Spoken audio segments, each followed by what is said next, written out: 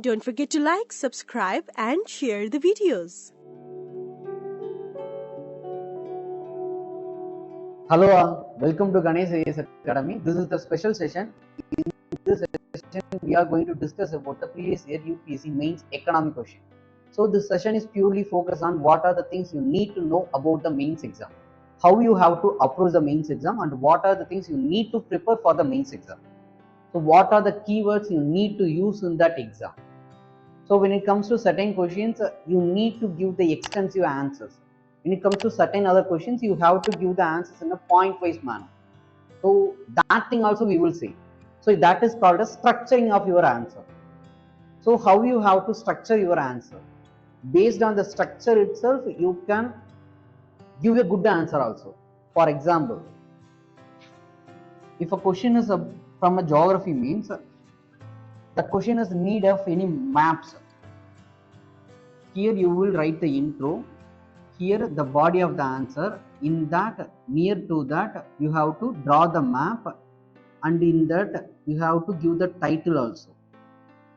So this is called a structuring of your answer.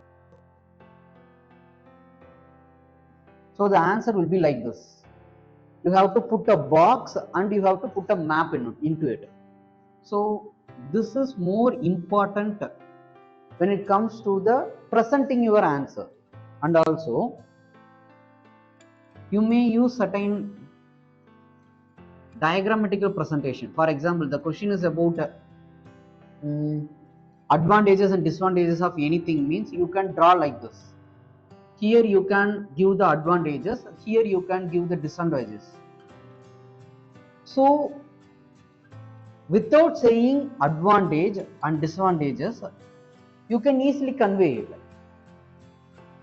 And also you can give the cost benefit analysis for certain questions. So if the government is going to do this thing, what are the positives, what are the negatives it is going to face? So for example, the question is about one nation, one election.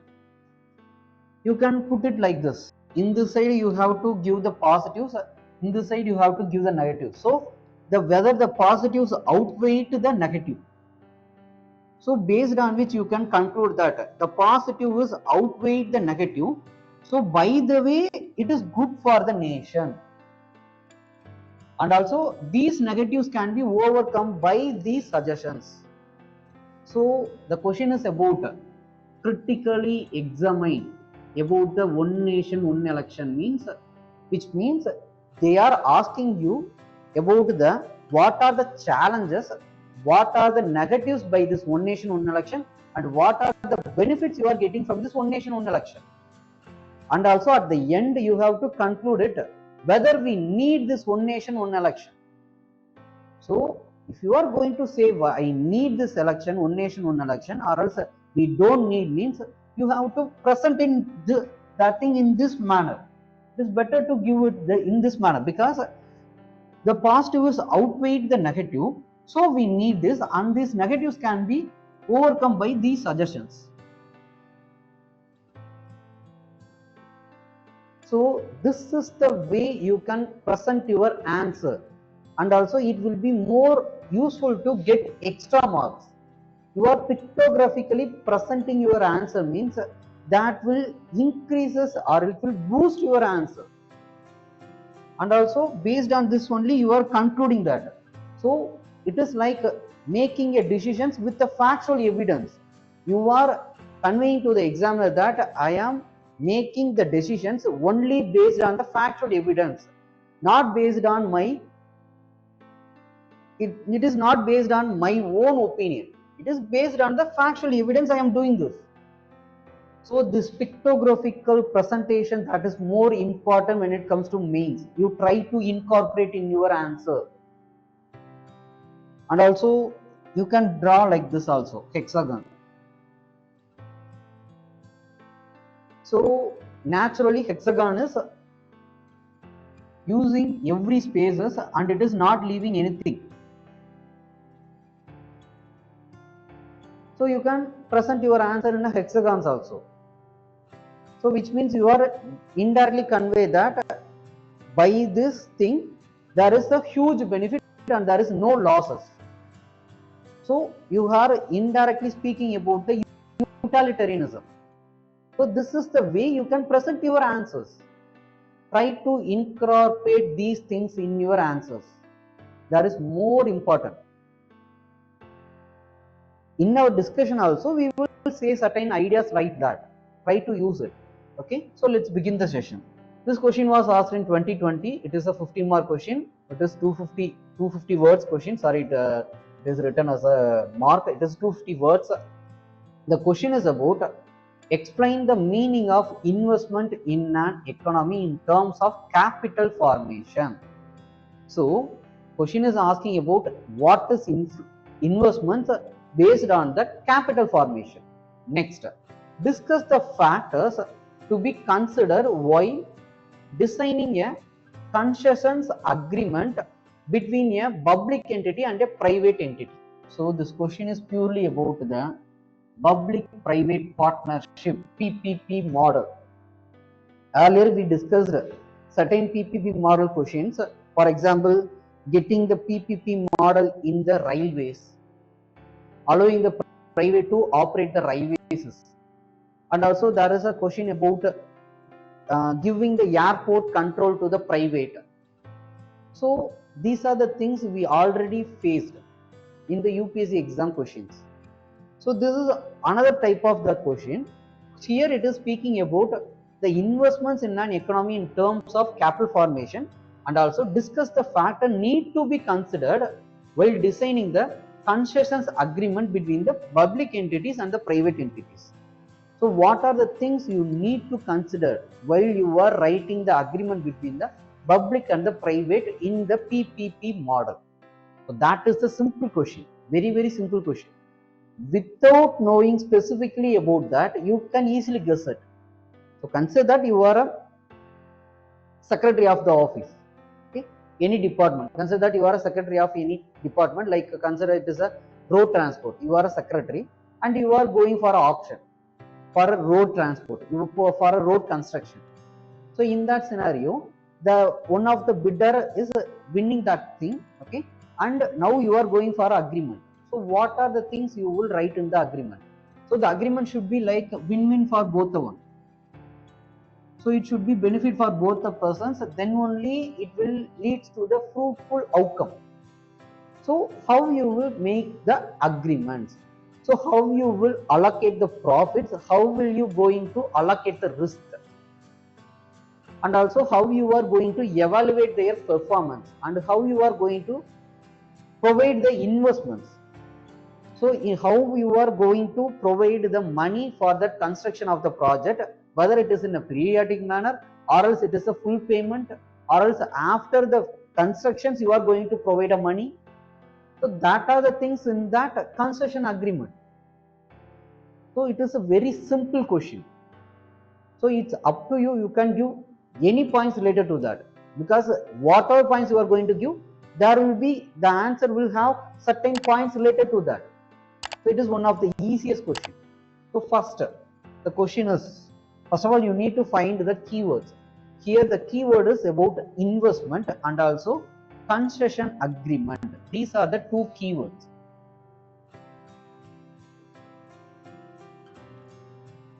So first, the question is asking about the explain the meaning of investment in an economy in terms of capital formation.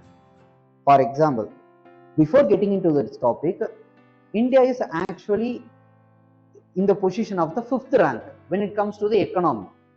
But when it comes to the per capita income, India is in the downside. Okay, it is in the worst ranking. It is more than 100th rank. So what is the major issue? When you are going to decode the GDP data we will calculate based on the C plus I plus G plus X minus I. So this is how we will calculate. So consumptions, investments, government spending, and then export and import. Here the major issue is when it comes to the investment, the gross capital formation.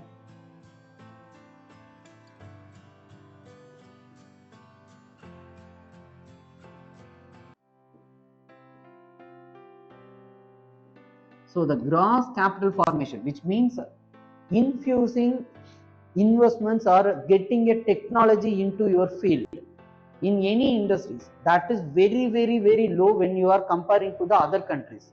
That is the only reason still India is facing the large economic issues and also huge unemployment. Even though we are in the 5th position, still we need to do lot more things to increase the per capita income. So the issue is about investment, the gross capital formation. For example, what does this gross capital formation means? Simply we can say that, consider that I am manufacturing a cycle. Okay, I am running a cycle industry. Okay, so I am manufacturing a cycle. Per day I am manufacturing 1000. But if I am going to infuse a investment, I am going to put an investment into it, and I am going to buy certain technologies or automations. By putting the investments, I am able to produce 10,000 cycles per day. So which means if I am going to make an investments, what I am going to do? I can increases my production 10 times, 10%. That thing is made possible. Okay, so I can increase my production 10 times. So that is called as gross capital formation. For that we need investments. But the major issue of India is this capital formation or the investment is not happening. So this is the major issue when it comes to India. So these are the major issue. The question is asking about what is the meaning of the investment in an economy.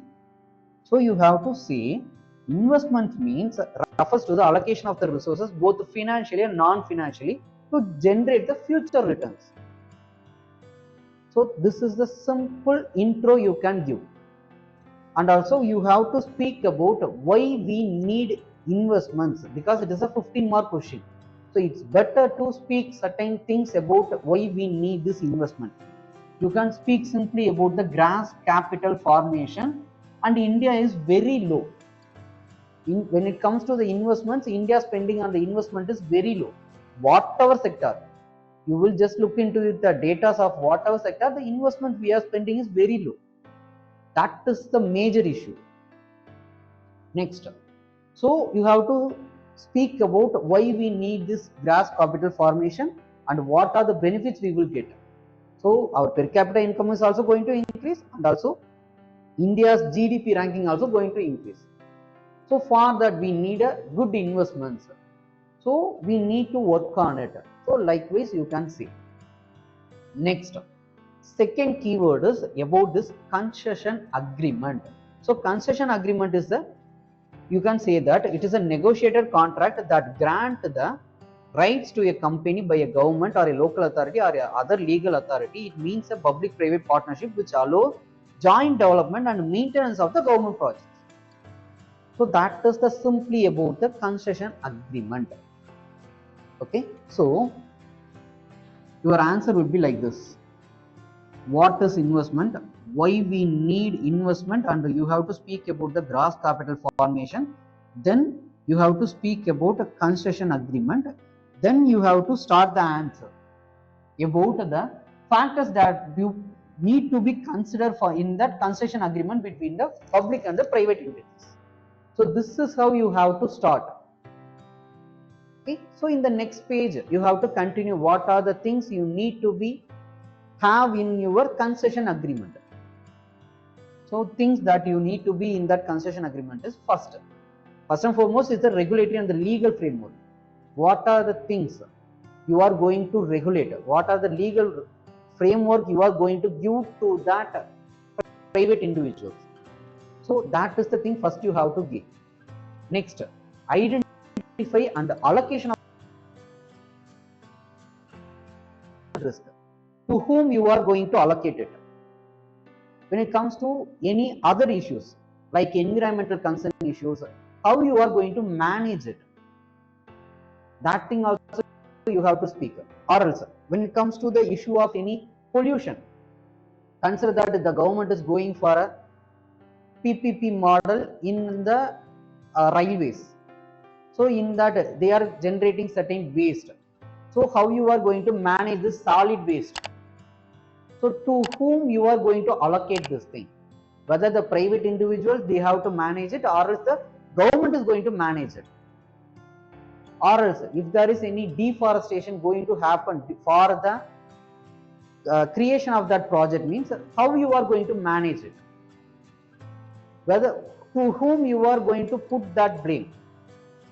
So what the private need to do, whether they have to do the afforestation in any region, or else the government is going to do that. So that is about the identification and allocation of the risk. So it may be the financial risk or else the non-financial risk. Next, monitoring mechanism. So you started the process, okay. So after that process, if you are going to do a road construction, means in that scenario it will take around 1 or 2 years. So on that scenario, how you are going to monitor it? What are the basis you are going to do that? Whether it is a periodic manner. So how many terms you are going to do that? And also what are the quality checks you are going to put it in it? So that are the things in the monitoring mechanism. Next, stakeholder consultation. That is more important. When it comes to stakeholder consultation, it is nothing but consider that you are going for a road construction, road project. In that scenario, you may have to get certain land from the public. So that may be the agricultural land. So you have to consult, you have to make a consultation with that persons. So consider that I am having the land. Now the government is asking a land from me, means so how they are going to give me the compensation, whether it will be like giving the money or else there is any right for me. So that is the thing that also need to be spoken in this agreement itself, because in future that may lead to any issue, that may end up in any legal issue against the private individual. So that is also you have to put it in that agreement itself. Next, time period of partnership. For example, when it comes to the road transport, it will be like build, operate and transfer, which means the private will build the road and also they will operate for around 10 to 20 years. By the way, they can make a profit through the toll plazas. Afterward, they will transfer it to the government. So the time period of that partnership, that is also more important, because if it is the time period of partnership or else you are allocating that thing to the private, the time period is higher, means the government is going to face the revenue loss. If you are going to reduce it, means either it may affect the profits of the private individual. So you have to make a balanced one. Like Buddhism said, it is following the middle path. So it will be like a win-win situation for both the players. So these are the major things you need to consider in that concession agreement. Other than that, you can speak about any number of points, but these are the more important things. At the end, you can say about the achievement of the public-private partnership model in the road transport or else in the air transport. For example, New Delhi International Airport was done by the PPP model, even the Mumbai projects, even the Chennai airport. You can say anything. So it is all based on this concession agreements between the public and the private players. So by the way, you can conclude it. So it is up to you to you can do anything in the conclusion by giving certain live examples. Okay, so these are the things you need to do. Thank you.